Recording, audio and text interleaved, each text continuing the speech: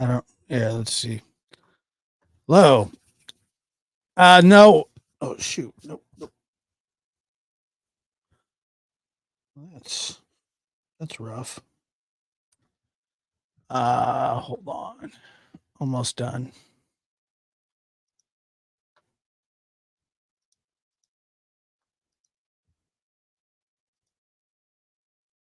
Okay, good enough.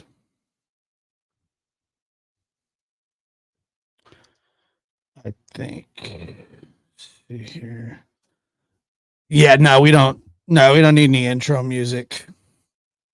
Not in the mood for it. There's. Anyway, hello everybody. Welcome to the lab. As a lot of people, most of you probably know that are tuning in. There's a ongoing situation going on in Maine. An active shooter. Excuse me. And it says the Maine State Police is attempting to locate Robert Card as a person of interest regarding a mass shooting incident at Schmeggy's Bar and Grill Restaurant. Yeah, I'm not sure if I said that right. It says that he's a trained firearm instructor, believed to be in the Army Reserve stationed out of Saco, Maine. According to law enforcement, Card recently reported mental health issues to include hearing voices and threats to shoot up a National Guard base in Saco, Maine. Card was also reported to have been committed to a mental health facility for 2 weeks during this last summer of 2000. Let's see, 2023, and subsequently, he was subsequently released. Now, you got to understand, because what's going to happen is this is how it's going to take off. You're going to want to listen to the facts, and I'm telling you right now, there's not going to be a conspiracy here. People are going to really try and make it out to be a conspiracy, meaning, I'm already hearing multiple shooters. There's no evidence yet of multiple shooters. Could there be evidence of multiple shooters at some point? Yes. And we'll wait until that happens. However, I just, I want to stay kind of clear of that for the moment, because with an AR-15, somebody very well could do what is being described, and especially a firearm instructor who is in the Army with mental health problems. And a lot of the times what we see here, folks, is people slipping through the cracks. There is, most of the time, there seem to be signs. There seem to be there just seems to be a lot of missed red flags, and I know that people slip through the cracks. I understand that completely. However, as of now, the police are looking for one man, a trained firearm instructor, and have instructed people to stay in your home and lock your doors. So if you live in this area, please stay inside and lock your doors. Do not try and engage somebody like this. He is trained. He knows what he's doing. And it's very, very scary situation what's going on for anybody and everybody. And there's going to be so many people affected. And one thing that I want to address as well before we get this going, I'm not here to have a gun debate. That's not what I'm doing. I do not want this to be that, because that's not what right now, that's just not going to change anything. Okay. That's not going to change anything. And thank you, Justin. Thank you for shouting it out. I think that, like I said, I'm just not here for a gun debate because it's not the time. And it's just not, there's just nothing good's going to come from this. I do not want this to become political. I don't view this as political, especially right now. There's at least 22 confirmed dead. That means 22 families in all over the country or the world are dealing with tragedy, and they probably don't even know yet. They probably don't even know. They probably haven't even heard yet what's going on.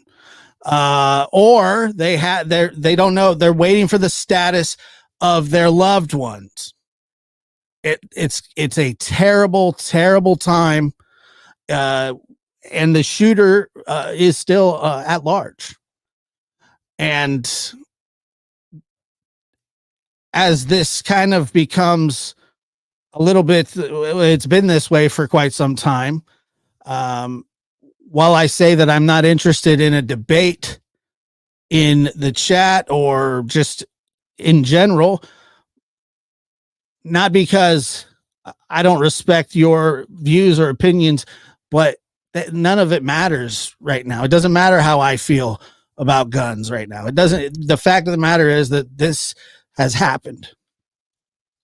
And that's really what's important, that it has happened again. And it's absolutely tragic. So you have an active shooter here, folks. An active shooter still has not been located as of now. Everything that I'm saying is this isn't an active. There's something circulating around online. People saying that he has been arrested. That has not been substantiated by the police, the state police, the FBI, anything. So don't listen to that. I can't tell you right now. They believe there's still just one shooter. And nothing really contradicts that at this moment. Now, once again, we have a situation where somebody that has had mental health issues on the record and making and telling people that he has had thoughts of mass shootings at bases and stuff like that. We have somebody like this just unchecked. Okay. So, all right. The suspect is not an RSO. I don't know if he is or not. I don't, I'm not really sure what that matters. Is it RSO? I'm sure it matters, but what I'm saying is that, like, why are people saying he's an RSO? Yes, he was just released from a mental health facility this summer and reported these kinds of things going on. It is absolutely insanely tragic what's going on here. And like I said, we just have an active shooter. I'm going to be intermittently checking different pages here. So bear with me as I try to navigate what's going on. I'm not very good at like breaking stuff. It's true. I'm not. I'm actually terrible at it.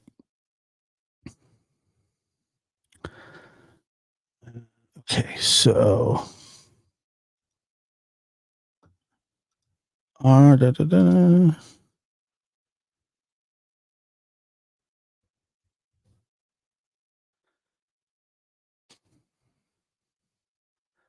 All right. So the latest.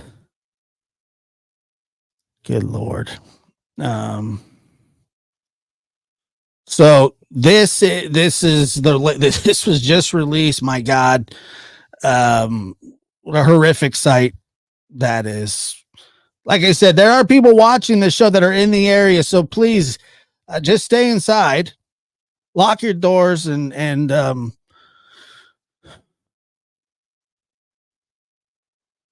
Josh's Card, the dude's last name. Yes, Card is the guy's last name.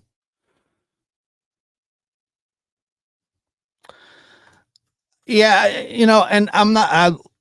We'll wait till more of this comes out, but you got to understand, like when people are, I mean, this guy's in the military, he's telling psychiatrists or whoever it is that he's having thoughts of, you know, I don't know. I don't know.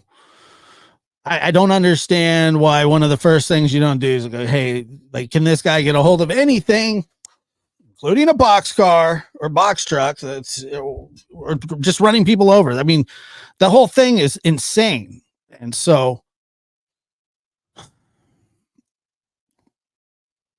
yeah, just stay inside. And so let me. That's a horrific, scary photo. I'll tell you that right now.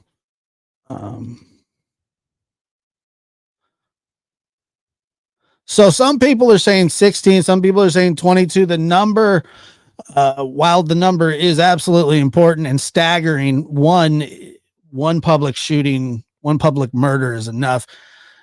But we're looking at 16. Is that what 16? Some say 22. That number is going to change, fluctuate, probably go up because I know that there are many, many injured. And so that the fatality number typically does go up. Some have it at 16, some have it at 22. But right, yeah, so okay, so 22. All right. 50 to 60 injured. Let's take a look here.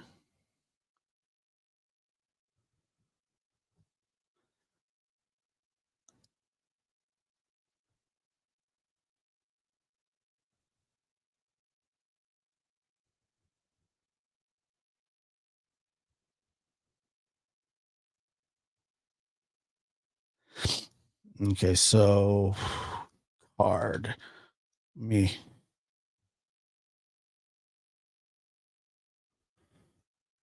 Sorry, I'm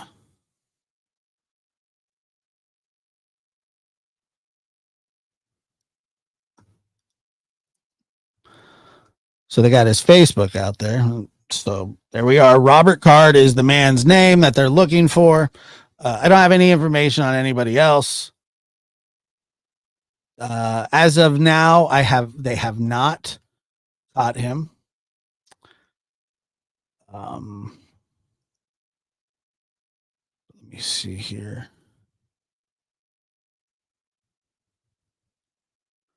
Wow. Just absolutely insane.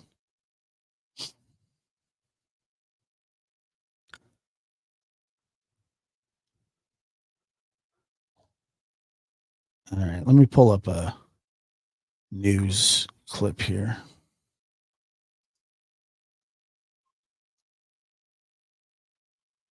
Officials have ordered now a citywide lockdown in Lewiston, Maine, a city of 33,000 people about 140 miles north of Boston. Investigators released 2 photos of the suspect who remains at large, and they show a man carrying an assault-style rifle going into a Lewiston bowling alley, as you see here. Now, there were also shootings at a restaurant and a Walmart that were all reported tonight. We're still trying to confirm right now the total number of people killed and injured at the different shooting scenes. Maine's governor is asking all Lewiston businesses to stay closed right now and for people to lock themselves in their homes until police find the suspect. You can be able to see here how much police presence out on the scene. The FBI also involved in this case.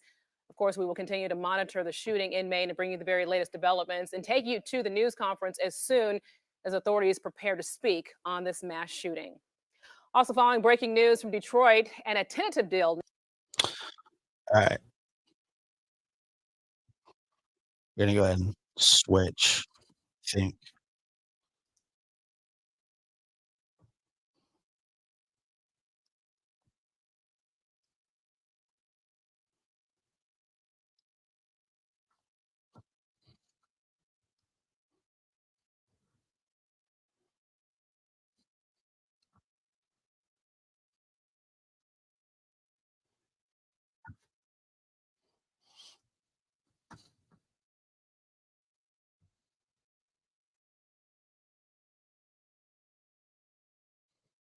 All right, so sorry, I'm just getting it together here, folks. I think. Where is it? Maine. I thought I had the.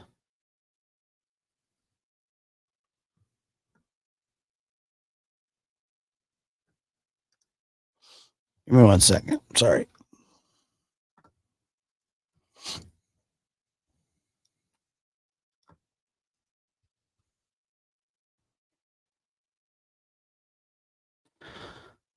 Where did that go? All right, here we go. Where's the live? I'm looking for the link for the live Maine. Let's see.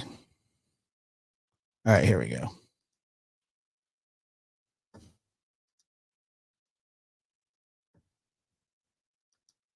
There we go.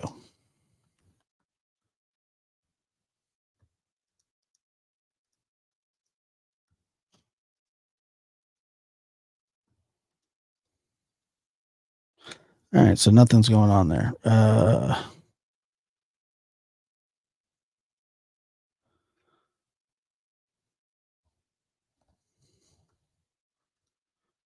It says live, but there's nothing. The stream's not running, so I don't know. News Center, Maine. Okay, let me try that.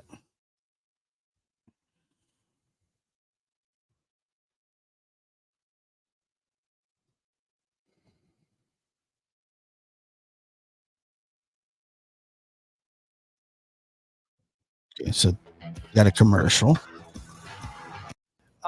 This is from Lewiston Police Department. All right, here we go. The Maine Law Enforcement Bulletin. Maine State Police attempting to locate Robert Card, the person of interest regarding a mass shooting incident at Schmeggy's Bar and Grill and the Spare Time Recreation in Lewiston. Card is a trained firearms instructor believed to be in the Army Reserve stationed out of Saco. According to law enforcement, Card recently reported mental health issues, including hearing voices and okay, that's to shoot up the National Guard base in Saco. That actually live. Also reported to have been committed to a mental health facility for 2 weeks in the summer of 2023. He's last known to be operating a white. Is this a big building? All right, here we go. Seniors Plus? Yes. No, it's just a one-story building. Fortunately, almost all the lights are motion censored.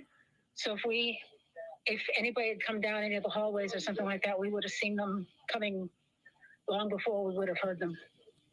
Okay. So So they evacuated you from the building to make sure that. Right now, because we're outside standing in the cold. Sorry, can you say that again? We're outside standing in the cold. We're about as safe as we can be right now. Because so they took you out of the building because they needed to search the building in case someone was hiding in there. Is that your understanding? Yes. Okay, and they didn't find anybody. To the best of my knowledge, the shooter is still loose. Has anybody told you officially how many shooters there are? No. Okay. Again, that was Mary Ellen Davis. She was at the senior center across the way from Spare Time Recreation, just recapping her ordeal there where police came to their building and made them evacuate. Yeah, and of course that was the scene across a number of buildings in that area. There are other restaurants, other venues. You mentioned earlier kids at the hockey rink. So many people had to do just what she did, shelter in place, not knowing what was going on outside the doors. Hopefully many of them have now gotten to safety if they could, as police search for that gunman. Also, we're thinking here, some people have asked, what about blood donations at a time like this? With all these folks flooding to the hospitals, they desperately need blood when they're treating these patients. So we did reach out to the Red Cross, and they tell us they've been working to overcome a blood shortage since mid-September through its national inventory. I'm just reading right off the email here. The Red Cross can provide much needed blood wherever and whenever the need arises, thanks to volunteer blood donations who step up every day to save lives. So they are grateful for donors. They did mention that their center in Auburn is currently on lockdown, but they are planning to adjust if there are any people who are willing to donate blood at a time like this. Certainly worth checking in with them, I would say, tomorrow. Let things sort of calm down a little bit. But sure, the shortage, the need is definitely going to be great tomorrow. Well, I mean, they would probably need it right away. That is my guess, but I get it. But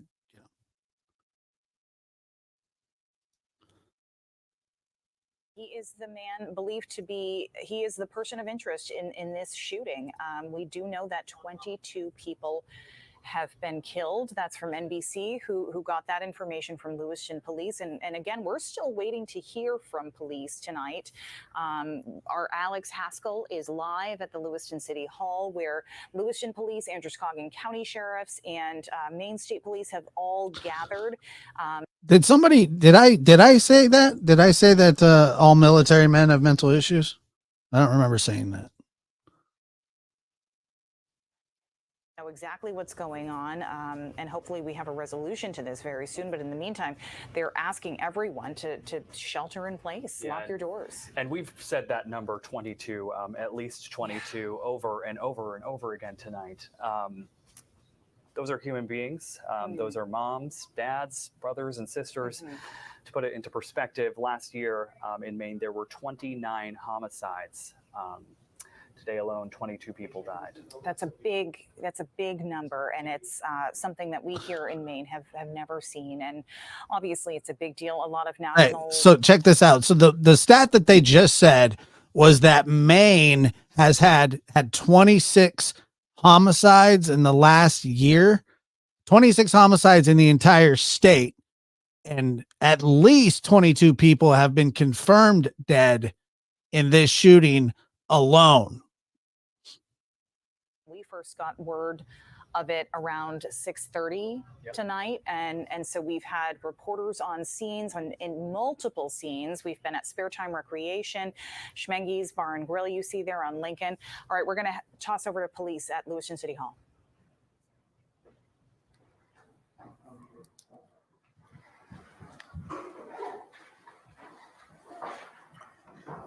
Thank you for joining us here this evening. My name is Mike Sawchuk. I'm the Commissioner for the Department of Public Safety here in Maine. We truly do appreciate your patience and your partnership as we work with all of our partners across the law enforcement spectrum at all levels, local, state, county, and federal, to address and investigate these violent crimes that occurred in the city of Lewiston this evening. As you know, this is an experienced group. We won't have a lot of Q&A here this evening. This still is very fresh. It's new. It's new for all of us. And our focus is on the investigation and getting this right the first time. And we're doing that with our partners. And we do appreciate you putting out information from time to time. Moving forward, we would appreciate it if you got that information from us so that we knew that it was accurate. And that is incredibly important for all of us from an investigative standpoint and from a public safety standpoint, that we have a unified front with this information as we release it. The delay in coming here with you now is simply because we want to confirm information from our end. We want to make sure the information we're giving you and the information that goes out to the general public is accurate. So we do have some information here that we will release. It is here on the podium. And this is a general caution to the public. That approximately 6:56 this evening, a couple of shooting incidents occurred here with multiple casualties in the city of Lewiston. And police are currently searching for a Robert R. Card, 4/4 of 1983 of Bowdoin. Card is considered armed and dangerous. He is a person of interest, however, and that's what we'll label him at moving forward until that changes. If people see him, they should not approach Card or make contact with him in any way. The shelter-in-place order that currently stands in Lewiston remains.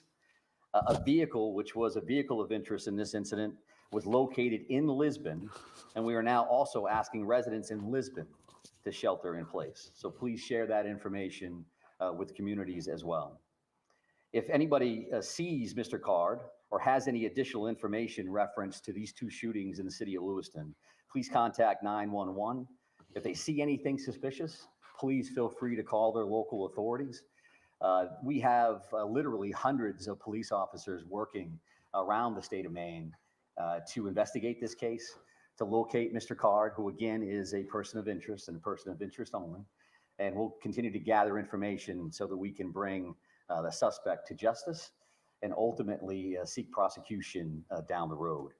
This release also includes a photo, which I believe I have seen from various sources. I would also let you know that we have created a reunification location, and that would be at the Auburn Middle School, so in the neighboring community of Auburn, at 38 Falcon Drive. Again, that's the Auburn Middle School. And when I say reunification center or location, what that means is that if somebody has a question or they have a concern, they can't find a loved one, they believe that a friend or a family member may be involved in what occurred here tonight in Lewiston, that they could respond to that location. We will have some of our behavioral health liaisons, counselors on site, and we'll also be providing information as it becomes available to us. As you can imagine, and as you know, there are multiple scenes in the city, to include multiple hospitals, multiple follow-ups, a lot of witnesses we're speaking with, and a lot of leads. The general public has been very cooperative and very forthcoming with information. So I would expect if we have additional information, we'll be happy to come back and share it with you. I know that from the city of Lewiston standpoint, probably going to close City Hall after this briefing and probably move everybody out. But again, we appreciate your partnership and your patience. I would offer to take questions just so you know that I probably won't have answers. And as long as you know that going in, there's no disrespect intended in that. Feel free to ask a couple, and if I think we can get there, then I'm happy to answer those. If not, we do have work to do on behalf of our communities, and that's our primary focus this evening. There are many specific figures about casualties out there. The sheriff Sanderson told me up as many as 20. I just wanted to give you those opportunities to set the record straight on that. Yeah, I do appreciate that. And I know that there's been a lot of numbers out there. This is a very fluid situation. So the last thing I want to come up is give you a number and then 3 hours from now, change that in one direction or another. So I don't have firm numbers on that. And when I do, we'll be happy to share those with you, because it's an important piece of healing and it's an important piece of information for all of us to be aware of. But I don't have a firm number on that. But at least 16, right? I think I just answered that question to say that I'm not going to give you any specific numbers. And there's been a lot of numbers all over the map all evening. And I don't think that that's helpful because it doesn't help family members. It certainly doesn't help the community to see, well, they just said this and they said that. So if you want accurate information, I'm prepared to give that to you when I have it. I don't have that right now. Does the suspect have any known criminal history with law enforcement? Is he someone who's been on the radar of state police or local police, to your knowledge? Well, Mr. Card, who we're speaking about right now, is a person of interest and a person of interest only, right? I'm not listing him as a suspect at this point, and we're not prepared to go into his background or anything else that we may be aware of. One more question? You're only looking for one shooter, correct? We're looking for this person of interest right now, and that's what we'll label and list and speak about at this particular moment. When we have additional information, I'm happy to share that. So thank you very much. I appreciate that. So you got again, thank you for your time. You got 3 questions in. Shooter still on, or person of interest is still on the loose. I mean, this is their guy, but he's got to be politically correct. But they have the whole state of Maine looking for that man. So you can bet that, I mean, he's walking around with an AR-15 on camera. That's their guy. So I can understand him not having a lot of answers. Robert Card, who they are calling a person of interest in this. And they did locate a vehicle that they believed he was in Lisbon, but it was empty. So they are asking people in Lisbon to shelter in place while they continue their search. Robert Card is believed to be armed and dangerous. They are also still asking people in Lewiston to shelter in place at this point. Yeah, the only other major bit of information there was that there is a reunification center they've opened up as well. That's at the Auburn Middle School at 38 Falcon Court, I believe. So they have opened up a reunification center for families there. And in terms of the numbers, our reporting, we just want to be clear here. We are reporting at least 22 people killed in that Lewiston shooting. This is according to NBC News through the Lewiston Police Department. But as you heard there, Michael Soschuk, the Commissioner for Department of Public Safety, was not ready to firmly say just how many. And of course, this is tough for them.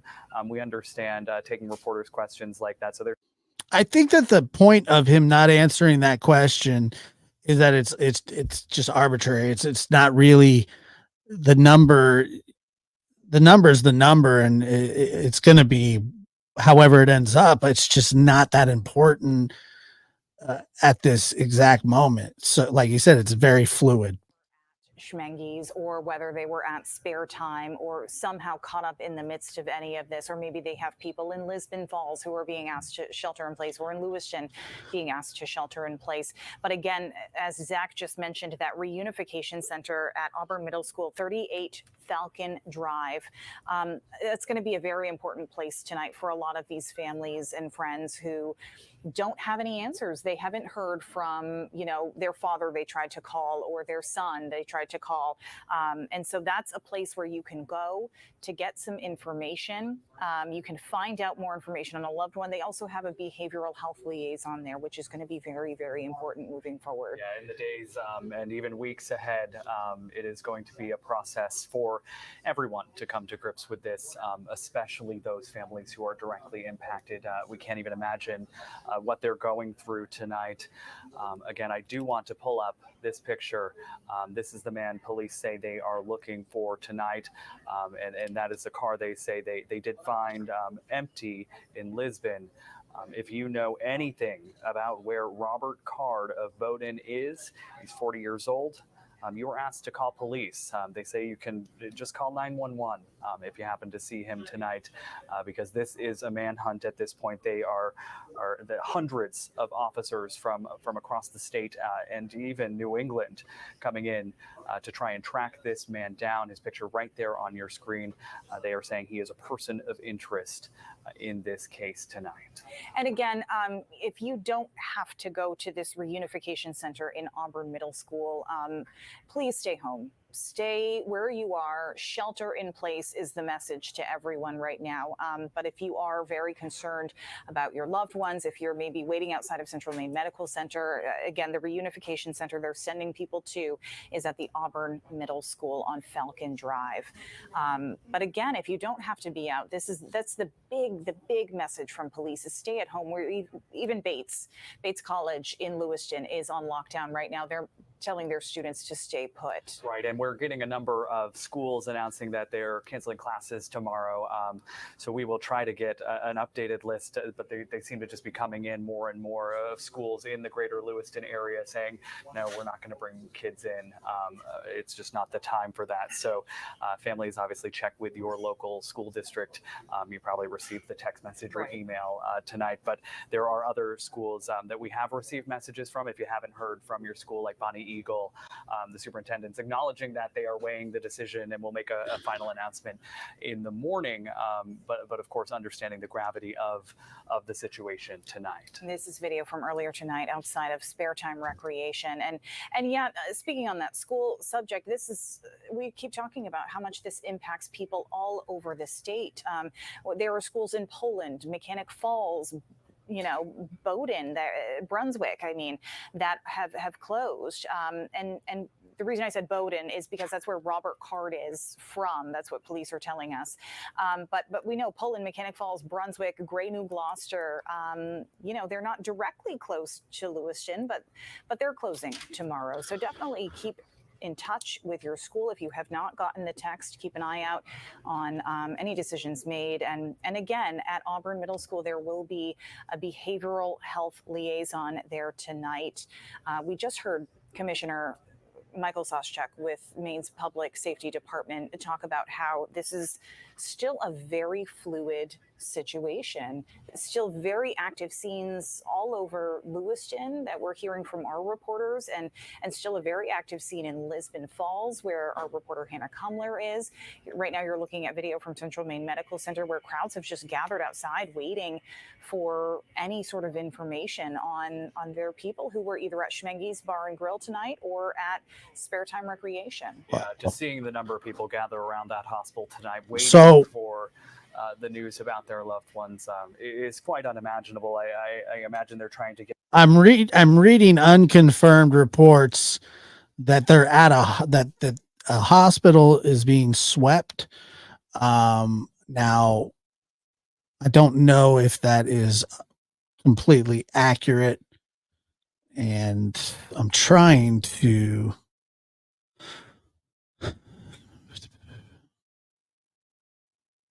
I'm trying to see if I can get that substantiated.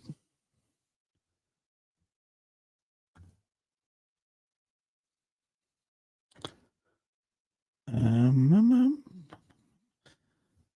me turn that back on for you. Hold on one second. State that it wasn't just those people necessarily, it was also the entire Lewiston area that got that alert on their phone, right? And was sheltered in place wherever they were, whether it was a grocery store or a hockey rink, getting that message on their phone and not knowing what was happening. Obviously, just a really terrifying situation tonight. And we spoke with our reporter Alex Haskell a little bit earlier tonight, and it was just, this is all very new for all of us. This is something that we have not seen here in Maine before, but just he was so shocked by the fact that while they were driving into Lewiston just to get to the scene, they drove by a man who was walking because the streets were fairly empty by that point. People were getting the message, stay home. Walked by a man who was on the phone and just started running because he clearly got the information about what was going on. And he said, it's terrifying. Something like that sticks with you to see what's going on in that area. So our hearts certainly go out to all of absolutely, you. And it continues. I think you hear the helicopter swirling above. You hear ambulances. I also have this. I have this feeling. We understand that you at home, you in those communities are experiencing. I have this feeling what's going to end up coming out of this are unsubstantiated reports that this guy is either pro-Palestine or pro-Hamas, anti-Israel, or I just have a feeling that that's the direction that the story is going to head, and it's going to be talked about. It's so close to an election. All this kind of stuff is just, all of that's going to happen. None of that is substantiated. Involved in this now, the FBI out of Boston, the ATF out of Boston. Of course, the president has been briefed on all of this, our entire delegation we've heard from tonight. Very real, very hard hitting. And you mentioned the Red Cross and how so many viewers have actually reached out to us saying, how can I help? There's Not gotta surprised. be a way to donate blood. And the Red Cross has been working to overcome a blood shortage since mid-September. And they're hoping to be able to provide blood, but they certainly always appreciate people who are willing to donate. Due to this incident, though, the Red Cross Blood Center in Auburn is currently under lockdown, but they will notify scheduled donors if they need to adjust center hours. So something to keep track of tomorrow if you do have an appointment already set up in Auburn. But I'm sure they will be looking for blood donations. So something to keep an eye on tomorrow. Yeah, meantime, police continue their search for the man they are calling. And Teresa, and look, I'm not gonna argue with you about it, but here's the thing. At this point in time, right now, who cares? I mean, who really cares? Obviously, look, this guy could support I don't know, the KKK or whatever. It doesn't matter who he supports. What he did was insane. That's all I'm saying.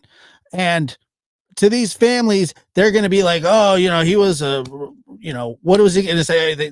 He supported Hamas. Oh my God. None of it makes it any worse. None of it makes it any better. It's all bad. That's all I'm saying. And I get these political angles, especially when stuff like this is so fluid and still happening. The guy's not even caught yet. We don't even know. I mean, we know a little bit about him, but not a lot. That's all I meant. Of any of the patients that they can't handle there in Lewiston, and they have even closed their campus to any outsiders tonight. It's open, obviously, to their patients, but at this point, they're preparing for the worst, and so they're asking anyone else to stay away from their campus tonight. I want to talk to our folks in the control room right now. Do we have anyone, any of our reporters available? Not yet. Okay, so we are continuing to work to get more information. We have reporters out in the field. This is some surveillance video from earlier in the night. The car, police say they did find, but empty, and they're looking for Andrew Card of Bowdoin. Robert Card. Robert Card, excuse me, of Bowdoin. And this image we have shared a lot tonight. Tough to look at, of a gunman entering spare time there with a large weapon and inflicting horror on many, many people there tonight.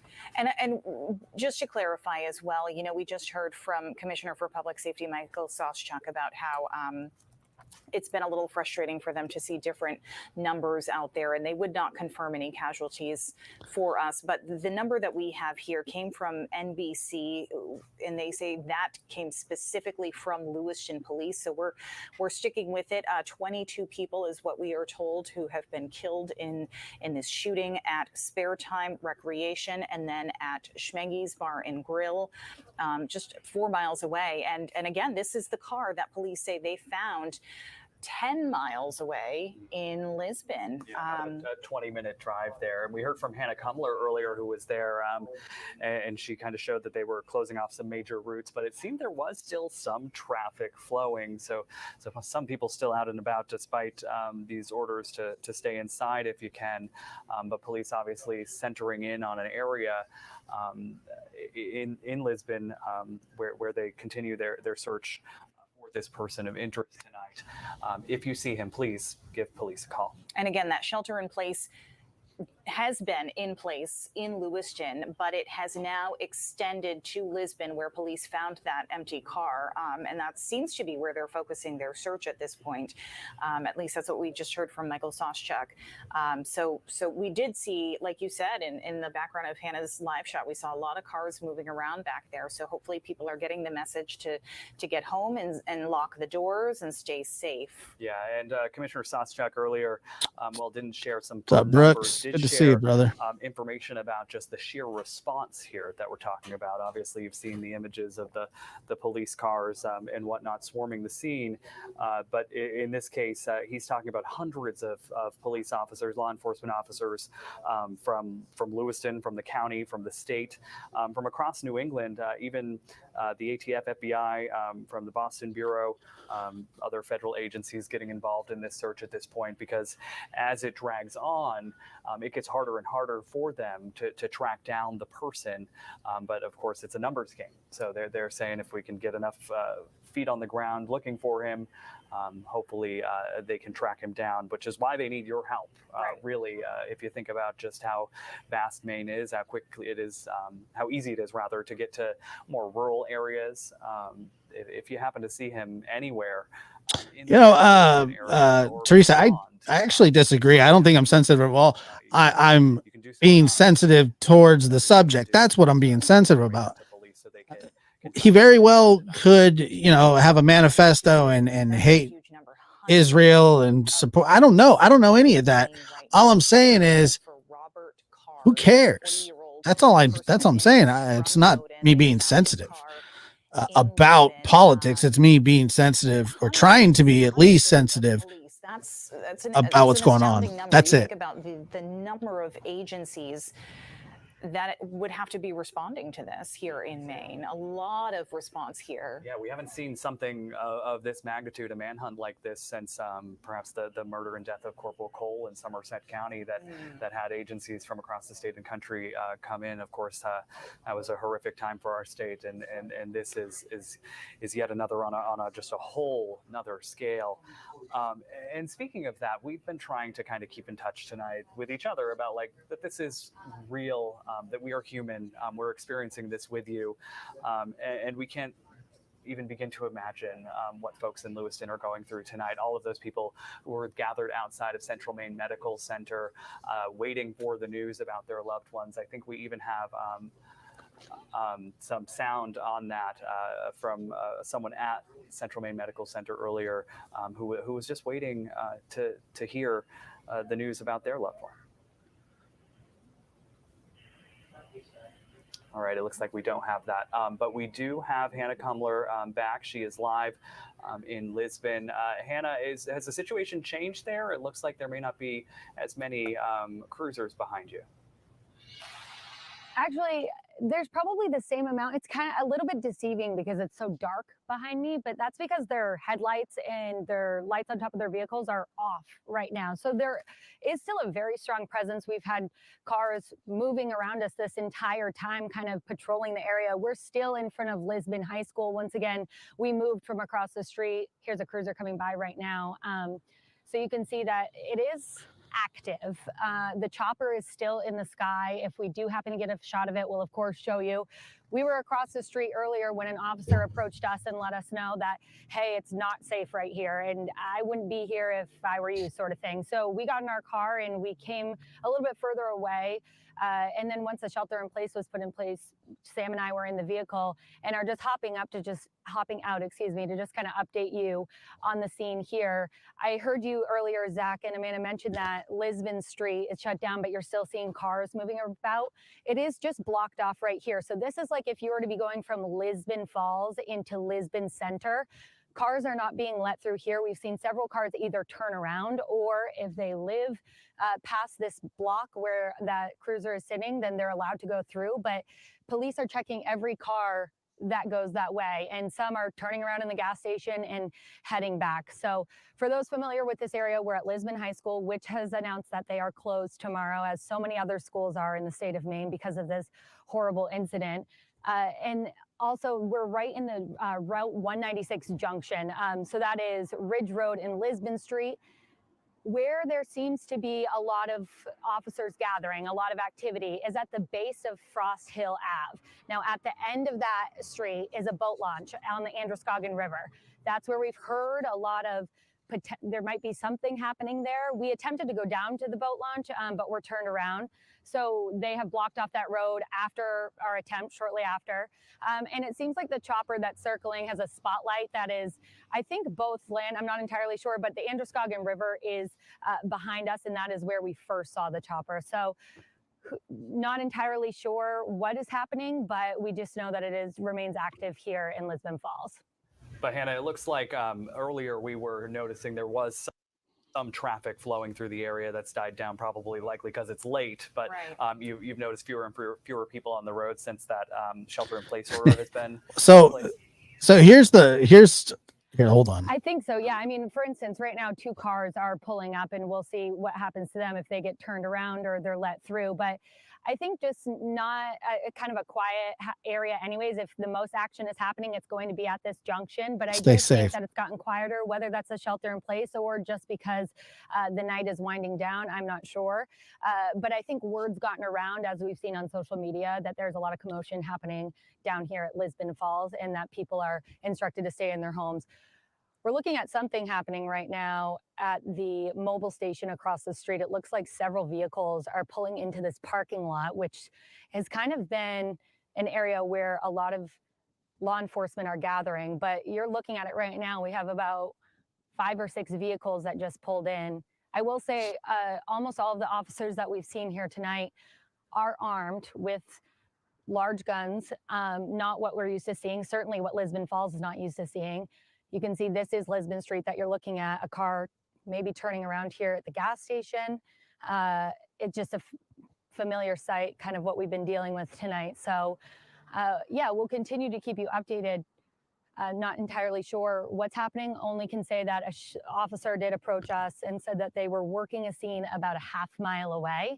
And that's when they instructed us to get some distance from where they were at, just for safety reasons. So Yeah, and Hannah, by looking at those cars that we just saw in that shot there, it looked like they are unmarked police vehicles of some kind. Just looking at like those vehicles pulling into the gas station there. Obviously, we don't know if something's happening at the gas station or if maybe it's kind of more of a staging area just because it's the outside edge of the area they've closed off. But Hannah, thanks so much. We've had multiple staging areas. So anyway, I want to just talk about it for a second. The reason why going live during these events is so, I would say, difficult, and a great question asked by Molly, who apparently has nothing better to do than to ask me questions. Because I think some people probably like the way that I cover it, and some people may not. If you don't, you're welcome to move on. There's a million people talking about this, but everybody feels different about these situations. Like, I mean, everybody, it does seem like you're kind of on one side or the other. So that's not what we're talking about. I did not say that I didn't care about the dead. That's just a flat out weird lie or whatever it is that you're trying to say. And sometimes, yeah, I question why do I even bother? I understand, but I don't care about specifically in and out here at what the you're Central saying. Maine Medical Center, right where we've been for the last 2 hours or so. But like you said earlier, about 2 hours ago, there were dozens of family members, parents, people lining up to give their information to people working here at the hospital about their loved one, to see if their loved one was involved or hurt or injured or died in any of these shootings. We spoke with people who were just confused and frustrated over what was happening here too. But over the past 2 hours, it's really just been a slow trickle of people in and out of here. Obviously, people walking inside were affected by this in some capacity. Either they have a loved one who is being treated here at the Central Maine Medical Center, or they have a loved one, unfortunately, who passed away. Again, it was 22 people killed here in Lewiston this evening, 22 people in Lewiston. And like we've been saying, it's not just a Lewiston event that's happened. This is a Maine issue. This is a nationwide issue, that a tragedy that we've seen here, 22 lives taken. And there's been armed guards, armed law enforcement members here as well, most of the time, keeping watch. We were actually on the main street here and had those armed guards tell us to get down to the rampway here so that we could stay away from the main road while they continue to search for that suspect that we've been talking about for so long. And if we could pan a little bit to my left here, we could see that's where the main entrance is of the center. And I don't know where the camera is right now, but you could, if you look carefully, you can see some of those armed guards walking around, kind of making sure that people who have had family who have been impacted can come and go safely, so that they can come and go safely, because we still have somebody at large here in our community in Maine who police believe shot and killed 22 people here. And as you heard Commissioner Soschuk say, hundreds of police officers, quite a few of them here, making sure that those people who have loved ones impacted this can safely enter. One of those loved ones we did talk to, her name is Julie. She said she moved here to Lewiston when she was 17 or 18 years old. We say this a lot, that we don't think it can happen here, but the way she said it, just especially coming from a mother who tells me that she doesn't know if her son, who was involved at Shmengi's bar, she got the call that he was shot there. She doesn't know if he's alive or dead. Last we spoke to her, she still doesn't know. She voiced her frustration over it. Take a listen to what she had to say here. I'm a little freaked out.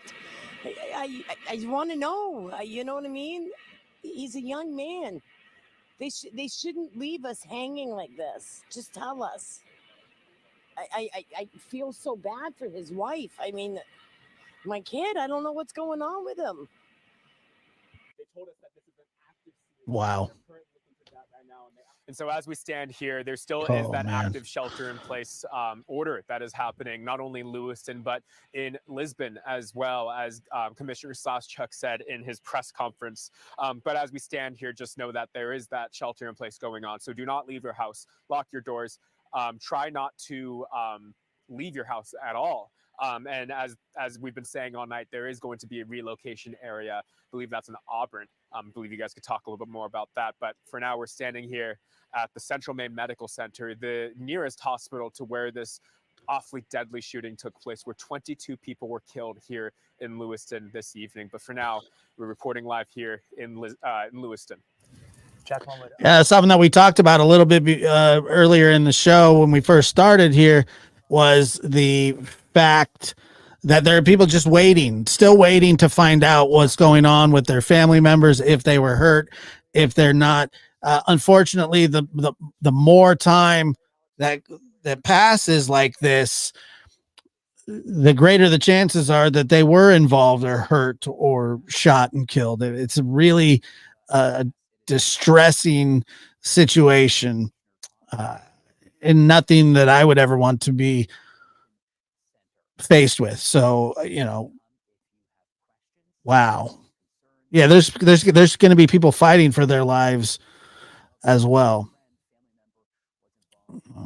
Let's turn this up here. Yesterday's shooting, this is the place to come. They have counselors on hand, and it is secure here. We was driving up the driveway here, and police stopped us, shined a flashlight in our car. So this is a safe place to be right now. If you have concerns, if you have questions, and this news is just coming out as of a few minutes ago. So we're slowly seeing people arrive here on scene. Either bringing their questions or their concerns. And we also want to mention, as I'm sure you have been hearing tonight, Lewiston isn't the only place to, stay inside, be safe. Also Lisbon, both stay inside in those locations. And again, this location in Auburn is safe with the police officers here. Now, I want to toss to some sound that we heard from the commissioner, just talking about, all the police that have been involved in this effort to keep everyone safe and find the suspect. We have literally hundreds of police officers working around the state of Maine to investigate this case, to locate Mr. Card, who again is a person of interest and a person of interest only. And we'll continue to gather information so that we can bring the suspect to justice and ultimately seek prosecution down the road. So we heard him talk earlier. He didn't have a lot to say. They do have a relocation center with a list of people they do have a relocation center with a list for people to go to. Yeah, but I mean, that's not going to help the people that are actually hurt. I mean, there's a lot of chaos going on right now. That's a fact. And for the woman that Jack spoke with and that we just saw, this kind of streamlines the process, if you will, to get the information to the people who are missing their loved ones, don't know if they're okay, have questions about getting status updates on them, and instead of trying to find all of the people, picking a central location, getting them there, and then there's one place for everybody to get the information that they need and they so desperately obviously deserve. And certainly you would imagine also helps the law enforcement side of getting the names of the people who need to be contacted and coordinated and all of that. We're talking about a lot of people tonight. 22 people is what NBC is reporting through Lewiston Police. But as we heard in the briefing that we were so anxiously waiting for a while from the Commissioner of Public Safety, not committing to a number at this point. And certainly can appreciate that perspective and can appreciate your perspective of wanting a number, needing some information to hold on to. And at the same time, as a Mainer, as somebody watching, I wanted to hear him say 22, right? Because I wanted to not think it might be more. Right. And obviously hoping less, but I was hoping to hear something more definite, clearly understanding why the commissioner can't do that. So many things going on. First and foremost, they still don't have Robert Card. He's the suspect. He's the person of interest. Choosing words carefully there. He's the person of interest. There he is. We could drop that probably. Born April 4th, 1983. He is the one that the police are looking for, and they still do not have him. We're at 12:06 and a half here on Thursday morning, and we still have not found this man, which is why the shelter in place is in place in so many places to keep everybody safe. This started in Lewiston at 6:56 tonight, so 5 hours ago plus. And we're still going, looking for him. They thought they maybe they found his car anyway in Lisbon at the boat launch on Frost Hill Road in Lisbon. The car was found, but he was not with the car. So, and it's been relatively quiet, if you will, the chatter about where they're seemingly looking for him next. So that's obviously a point of concern because right now they don't have him, and until they have him, we don't know where he is. I don't think that's a point of concern. We know in those kind of initial first few hours after we learned about this. So he's talking about the chatter's low or whatever. I think that the reason that is that they're tracking the guy down. They're hunting the guy down. They don't want people blowing. Like, he obviously could be listening. So who knows where he's at, but they're not going to be like, yeah, we're closing in on the guy and he's like listening on the radio. There were reports of a group of police officers here, a group of police officers there, and there was that feeling of, okay, this is very wide, and there is at least, I think, a breath of calm now that we're not hearing as much as that. To your point, we've seen these focused areas, like where Hannah Kumler is near that boat launch, and as you had mentioned earlier, we were on the air a couple hours ago that. All of Androscoggin County is in essentially this shelter in place. Lisbon was specifically identified, as we learned, because that is where they found the vehicle that they believed he was in without him. So there is that warning tonight. And not just that, because if you didn't hear this earlier, Maine Medical Center, out of an abundance of caution, also on lockdown. If you're not a nurse or a doctor or a worker or a patient, you're not getting in. So the hospital has locked down as well to be safe because we do not know where Robert Card is. He hasn't been caught yet. And therefore, safety has to be paramount here. And the question was asked during the briefing with Public Safety Commissioner, are there other shooters? Are there other people you're looking for? Wouldn't necessarily answer that question either, simply saying that this person on your screen right now is their person of interest. These are the photos police released, however, of who they are now saying is Robert Card. I mean, you could probably just go ahead and call him a suspect or the alleged shooter. Who really cares? I mean, come on, the guy's walking around with an AR. Is there? I mean, if there are other people out there doing this at this moment, if you got pictures of other guys, I get it. As we sit here at 12:09, the aftermath, if you will, of what tomorrow/today was going to look like. A lot of school cancellations, certainly in Androscoggin County. A lot of schools, whether they were directly affected or not, just out of respect, I guess, and safety, just they're not going to open. Even outside of Androscoggin County, schools are not. Some schools are not opening tomorrow. That's already been announced, and I know there have been notifications from other schools as far away as South Portland, where they're keeping an eye on it, and they haven't decided yet if they're going to be open tomorrow. So a lot, I think, will certainly depend on, if and when Robert Card is caught, where his last known whereabouts might be. If he migrates to a different part of the state, then obviously that part of the state would be on high alert. So there's just a lot of unknowns, unfortunately. We like to speak in knowns here. This is our job is to speak in knowns, and we're being very careful to tell you what we actually know and not what we've heard and not what we've seen and not what we've read and not what our buddy's third cousin told us. I mean, this is, the information superhighway can be super useful and very helpful and very important in situations like this. It could also be very detrimental. So I will caution you for the probably 10th time at this point to just be very careful. Everybody's interested in what's going on here. Everybody wants to know. Everybody cares. It all comes from a place of love. Nobody's trying to do, misspread information that's not correct, but be very careful with what you think you've seen or heard or know, and make sure that it is verified information, as Commissioner Sawchuk touched on earlier. That will make everybody's life a lot easier in keeping everybody as calm as possible in this very chaotic situation, tragic situation. The news is not good. There's nothing good to talk about here. And it's just, we need to keep as many people safe as we can, and we need to find Robert Card as soon as possible. Another note on the school closings, and as you said, as those will likely increase as the morning wanes on here, our team is working diligently right now to compile all of the information we are getting to get it to you. And that includes the school closings, because that will impact your world in the morning. So they are compiling a list of those closings. You can find them on the News Center Maine app. if you've lost track of who is and who's just looking at it. And as we get that confirmed, we'll have that there as well. Well, especially because we're reading to you in real time. So as soon as we hear it, we're just literally going in one and out the other. And it's not just schools.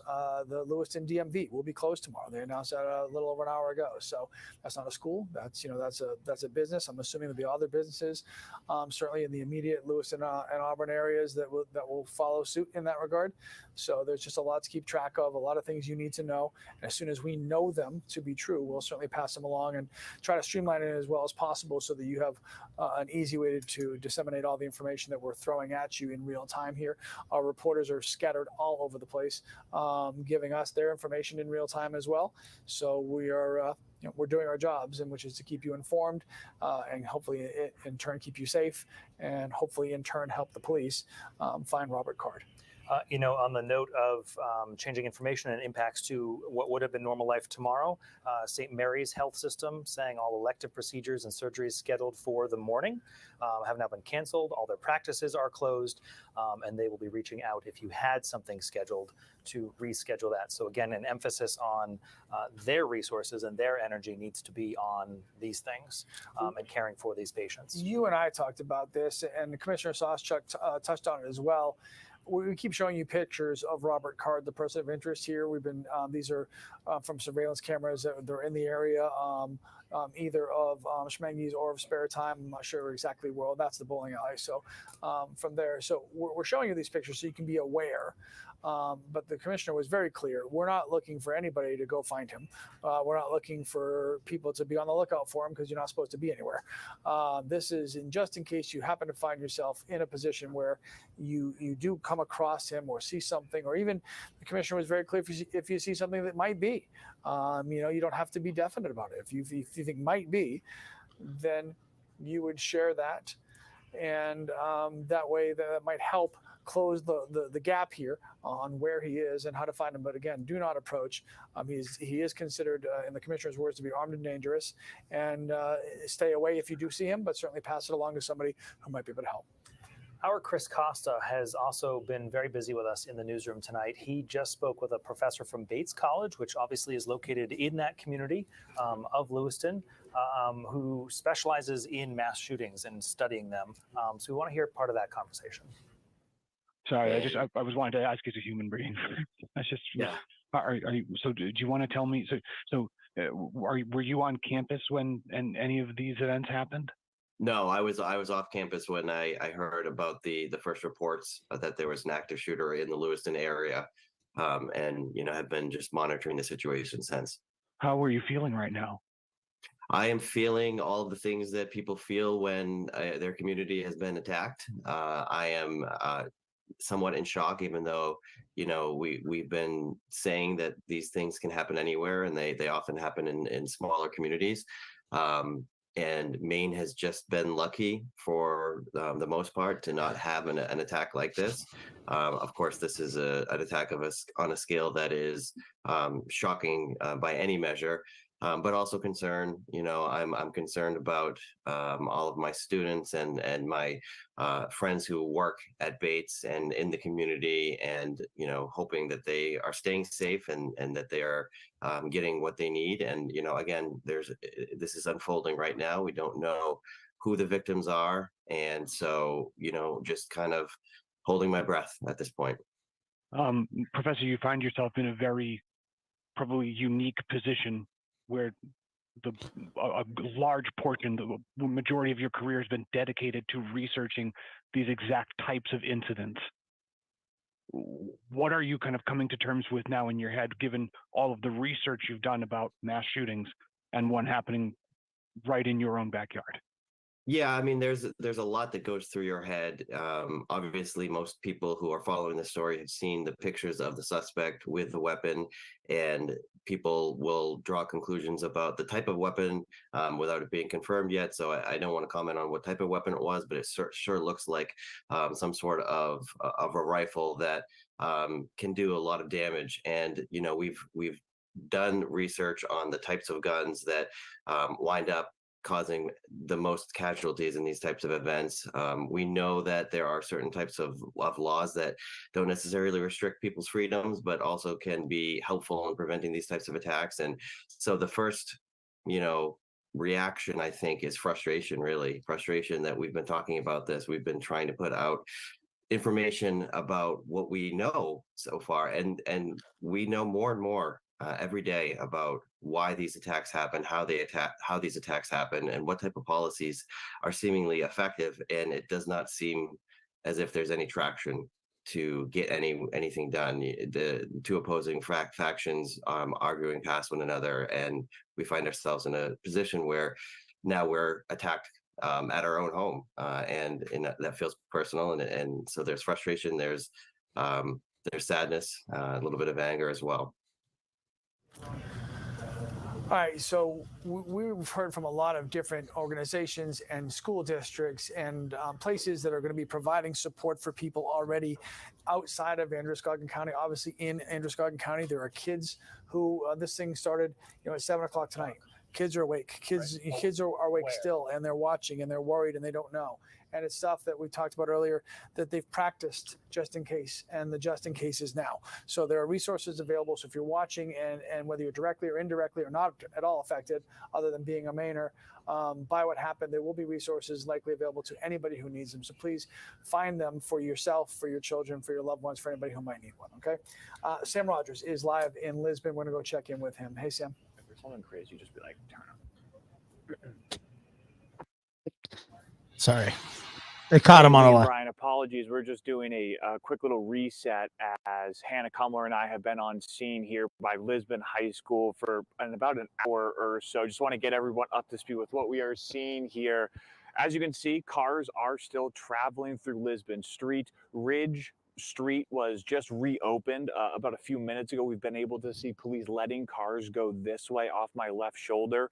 Again, Lisbon Street here in Lisbon Falls going towards Lisbon Center has been closed off. You can see an officer off my right shoulder has been turning drivers away. Again, since we've been here, keeping this area contained.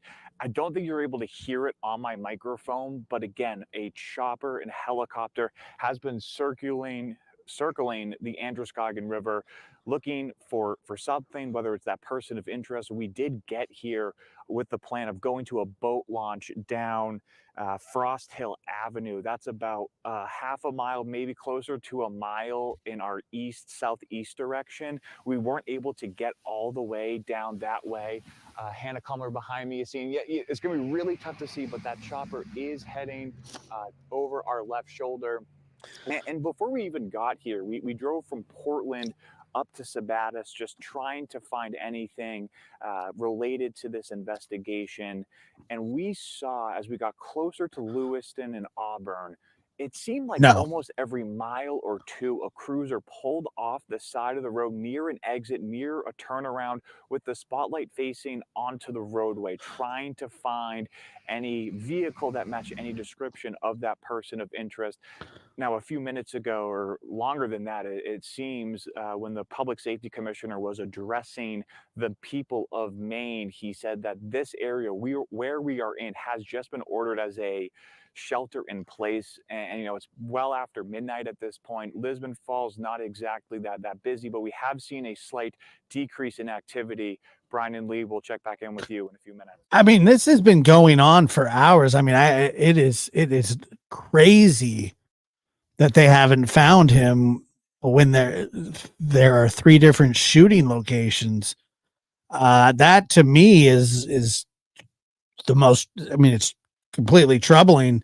Not saying anything about the police department. It's a town of 33,000 people. I mean, they're not really, I mean, nobody's really used to anything like this, but my goodness, this is going on for hours. Who is it that's arriving by bus? So what we did is we took the witnesses of the 2 locations. We actually brought them to a holding area so we could interview them, clear them, and then we wanted to bring them all over here so they can have what we call a reunification process with their loved ones, which is the proper way to do it. We wanted to make sure that evidence could be gathered and the proper protocol could be followed. Can you talk to us about the different ages of the witnesses? Were there kids that witnessed? Yes. It's all ages. It was all ages. I just talked to some teenagers, and it was all ages. And what can you say about the law enforcement officers working this very serious situation? It's unbelievable. It's literally unbelievable. We have our entire force out here right now for the city of Auburn, plus Lewiston, county, state. Everybody is here. That's one thing about Maine. If you're not from Maine, you won't understand it. But when someone's in need, everybody comes, and everybody has come to this. I've got Poland Volunteer Rescue in the back helping people in case they need it. I mean, this is an all hands on deck situation. So yeah, you can train for this. You can never be completely prepared. But I've been talking to a lot of our officers tonight, and we all should be proud of them. And that support from just beyond the region, beyond Maine, really. Yeah, I mean, I've gotten a lot of phone calls from around the country, text messages out from folks, and everybody knows about this. Obviously, it made national news. But at this point, we're going to really focus inside of our community. We're going to heal our community. We're going to persevere. We're going to get through this. Joey, thank you very much. I appreciate that. Thank you. So it will take a while. Something like this doesn't just get solved overnight, and nobody can expect it to. But we got a really strong community. We've overcome a lot, and we'll overcome this. Jason, what's the scene like in there right now? There? Yeah. Relief. It's really relief.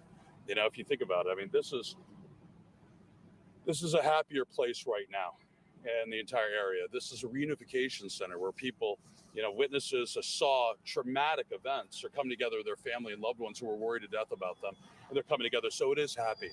But on the flip side of the happiness, what you're seeing the turmoil and the trauma that they're going through, especially the witnesses. And that, unless you've been there, you can't really understand. You can't really describe, frankly, other than you can feel empathy for them. And that's what we're going to try to do here. Where were the witnesses between the events and now? They're on undisclosed location. I mean, I believe that you guys can write shooting in the chat. I mean, that's real. That's what's going on. I doubt that it will cause me any issues.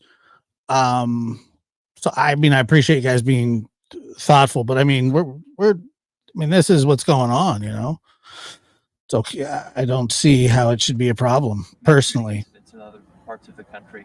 The reunification point. I mean, it is what it is. Where a loved one As comes to the tragic plain as that is to say. that their relative didn't make it. Yes. Have any of those interactions taken place here tonight?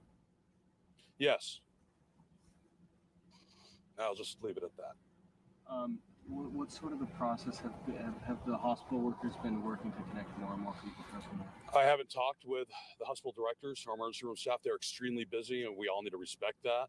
They are working with known victims right now, whether it be casualties or fatalities, and they're going to work through that process with the appropriate guidance, mental health support networks that we have. We actually have trained professionals here from the state police as well as local churches that are trained in crisis response that are actually helping people through this. How long can we expect the center to be open? Until it's done. Anything else? Okay. No. Thanks very much. All right, that's the mayor of Auburn, Jason Levesque, standing by at the Reunification Center, which is at Auburn Middle School. As the mayor talked about, some of those reunifications, good. Family members not knowing where their loved ones were, getting to see them.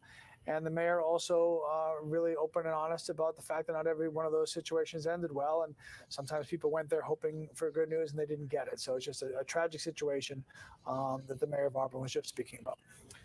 We want to bring in Greg Marley from NAMI, Maine. Thank you, first of all, for coming to our studio in the middle of the night. I'm sure you have been pretty plugged into everything that's been going on. Not nearly enough, but trying to catch up as everyone is in this shocking news. We all are. I don't. I'm sure somebody in the chat are, does. As Lee said, 5 or so hours into this at this point. This is raw. This is fresh. There are people who are just discovering what has happened here. What is step one for walking into this day? Step one is if you're in a place that's safe and your family's safe, reassure yourself, breathe, kind of get your emotions under control so you can support your family, support your children. If you're one of the people that has those questions, is my family safe? Are my friends safe? Try and breathe, know what you can get answered tonight. You're going to be frantic, but this is going to be a long, long process. So take care of yourself, take care of the people you're with, reach out, and try not to be alone. This is a time to be with people who love you, to hold each other close. Greg, we talked about this a little bit. There's never a good time for something like this to happen, but it happened at about 7 o'clock.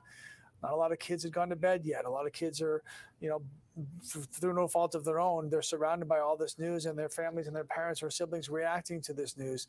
So a lot of parents are still awake watching, and maybe a lot of kids as well that have a million questions. This is the stuff they've practiced for just in case, and are just in cases now.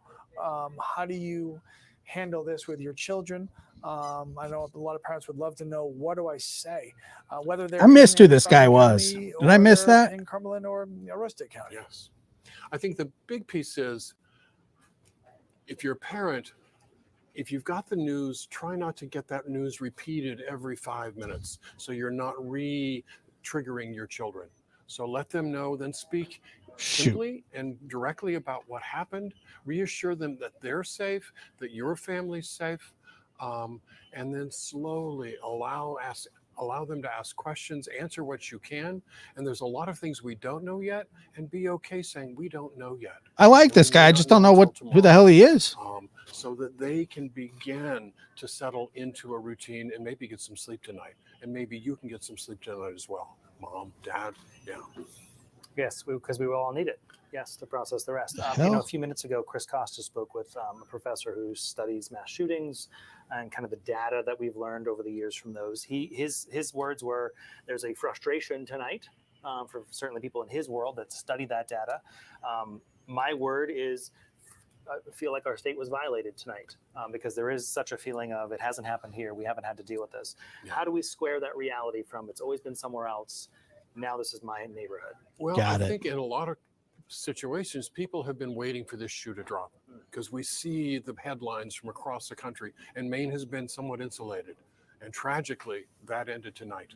And it's that acceptance, that reality that this is a state where violent crime happens as well, a mass shooting, and it's going to retool our whole perception for a while. I do a follow-up question to our students and our children. You and I have had conversations in the past, actually about a year ago, of a hoax situation. And part of that conversation was, gauge your child, maybe allow them to lead the conversation if they're showing interest. Is this different though, because it's here? Should you as a parent be initiating the conversation? I think you need to let your children know in a really basic language what happened. So that they're not hearing it from someone else, outside of your control. Choose a time, get them settled. If you can wait and do it tomorrow morning and after they've gotten sleep, definitely do that. But then be ready for questions. Be ready for their questions, depending upon their age. Younger kids are going to want to know: are we safe? Am I safe? Is my pet safe? Is my family safe? And reassure that, and then ask questions about, because one of the things they're going to want to know, why would anyone do this? And that's one of those things we can't really explain, other than someone was really, really ill to take this violent action, and to reassure them that this is not something that happens often, and again, they're safe. So, in all fairness, we are talking about I mean, this it kind of this does, but conversation as something not that in happened. the same place This is usually. something that is still happening. They don't have the man yet that they're looking for. There are still people that are sheltered in place. They can't go out of their house. They're sitting here at 12:30 at night, and they're wondering, what am I supposed to be doing right now? I mean, they're worried for their current state of safety, not just the stuff that's already happened. And that's a tough place to sit in, this uneasiness and this unknown. I think knowns in general are easier to deal with than unknowns. And right now we have a big unknown. We don't know where Robert Card is.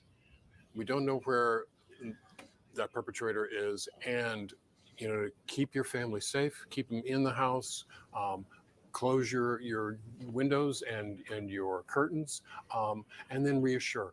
Settle down with warm milk and for your children to help them relax. Low conversations. Keep yourself centered. I mean, if warm you're milk. in the Lewiston, Auburn area where it's more immediate, again, shelter in place. Don't be alone. Know who you're talking with. Reach out to your friends and family to know I mean, diarrhea is not going to help the situation. and your family.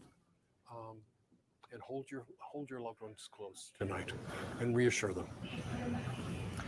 A final question. I'm sure we will see much more of you over the next day, but at least for this moment of this is a lot. This is a lot to process. This is a lot to handle, and there are a ton of unknowns. How do I find some good right now? Right now, you need to first is to accept what happened, to get through the shock, and then look around you. Look around your home. Look at the what's concrete. Breathe into this. Note what's around you that's safe and known. Pull out that book that your child has always loved to read, that movie that settles them down. Active steps to settle our limbic system that's so aroused right now. That's going to be really important. Reassure that, we have gone a long time without this type of crime in the state of Maine. And it's really unusual. We live in a state that most of the time is really safe. It doesn't feel safe tonight, and it's not safe for a lot of people. But we're going to get back to that. But first, we have to deal with this and to support that sense of safety around us. If you're a parent, also monitor how escalated you get, how fearful you are, and so you don't overwhelm your children with that. Don't push those necessarily onto them. Greg Marley from Maine, we appreciate it for joining us, and I'm sure we will have many more conversations.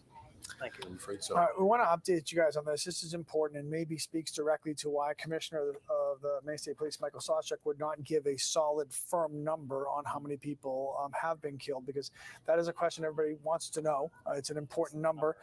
He was hesitant to answer that. So we have been telling you, and you see at the bottom of the screen, NBC has been reporting that 22 people had been killed. That number has been adjusted. NBC is now adjusting that number to somewhere between 15 to 20 people, as many as 50 injured.